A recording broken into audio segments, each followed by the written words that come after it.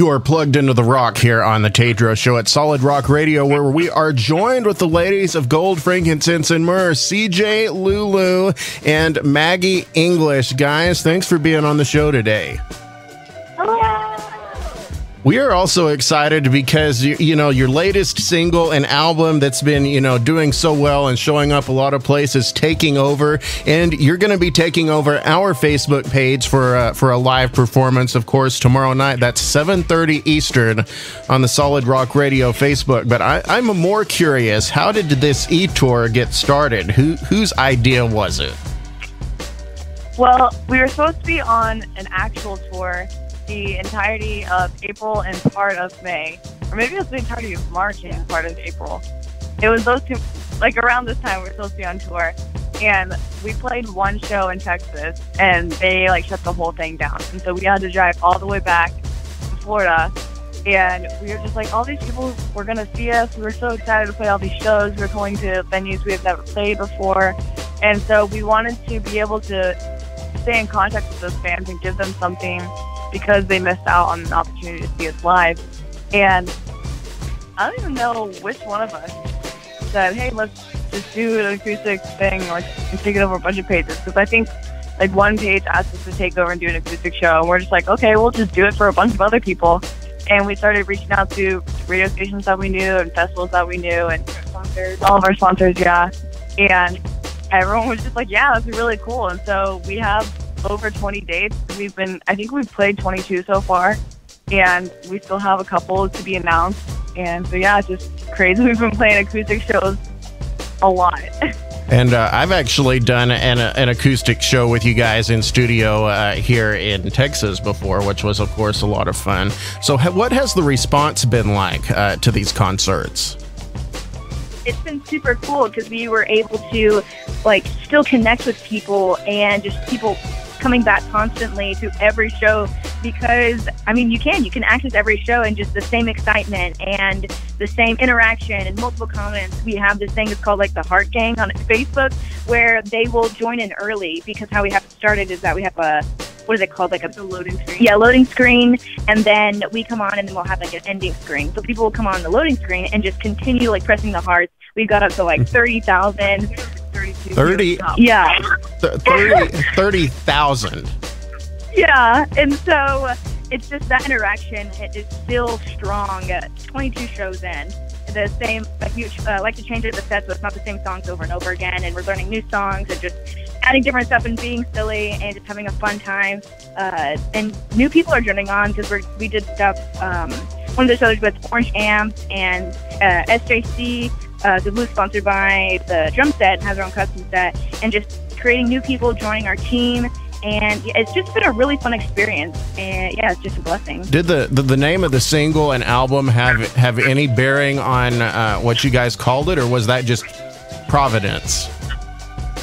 Well, the single and everything was planned to go like way before any of this happened, and then we were trying to figure out how we would make like an acoustic tour poster and stuff, and it was right before we had announced the single, I think, or maybe the artwork was already out, something like that. And so we're just like, let's just call it Taking Over the E-Tour, because we're just going to take over a bunch of pages.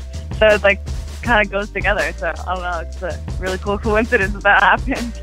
You guys got a video of that single. The music video for Taking Over got picked up by Alternative Press, and you announced that about a month ago now.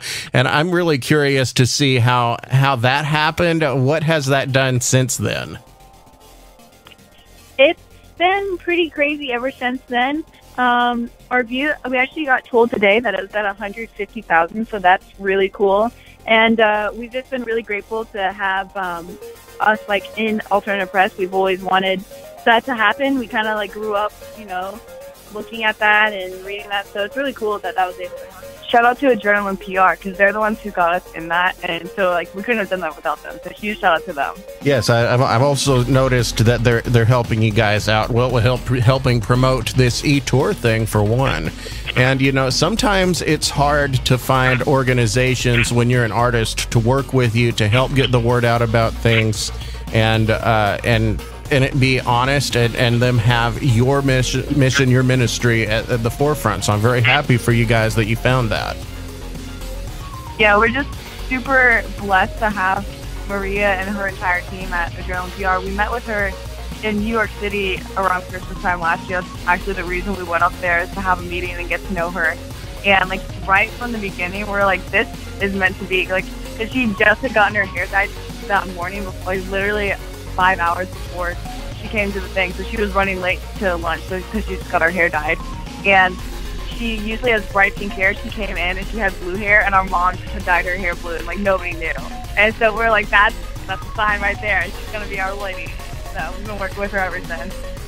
Lulu, you got challenged to be in a dance battle, and then challenged some other people that we know well as well. How did all of that play out?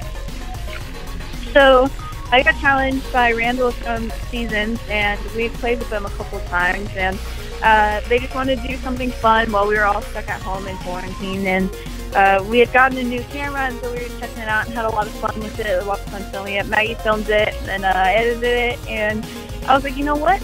Might as well challenge some other people. So we're really just trying to think of some creative ways to stay busy and stay having fun during this quarantine. Did Patrick or Joey accept the challenge? They actually said they forfeit because I was too good. They took the easy way out is what they did. Oh my goodness. Okay. So I have 2 questions left, and I guess I'll ask the obvious one first. Obviously, the COVID-19 crisis has impacted a lot of people. I just want to have baseball myself. And there were so many bands that were supposed to, yeah, I know. Isn't that funny that you essentially get drafted to play for a Major League Baseball team and get benched before the season even started? So, we know that it's impacted so many of our artists. It's impacted several festivals already. We know that the KOUJ block party up in Norman had to be postponed, but will happen. I know it's impacted people from that standpoint, but you all are still doing school to some extent. So how has that changed life for you guys? So the way we do school is we've already been doing online school for a pretty long time. So that didn't really change that much at all.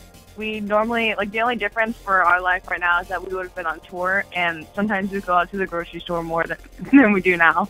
But for the majority of the time when we're not on tour, we do stay at the house a lot because we have to do school and we have to do all the behind-the-scenes work that keeps the band running and book more shows and stuff. And so now it's just kind of given us more time to devote to like working with GFM and stuff. And so we're filling that with extra live streams for our fans and extra like content that we're putting out. I hadn't thought of that, but that definitely seems like that type of learning would be the most flexible to have a very active band that you guys do. When you go, I've wondered this for a long time. When you go do concerts in some of these venues, do you get a lot of response from people that find out you guys are a lot younger than they thought, for instance?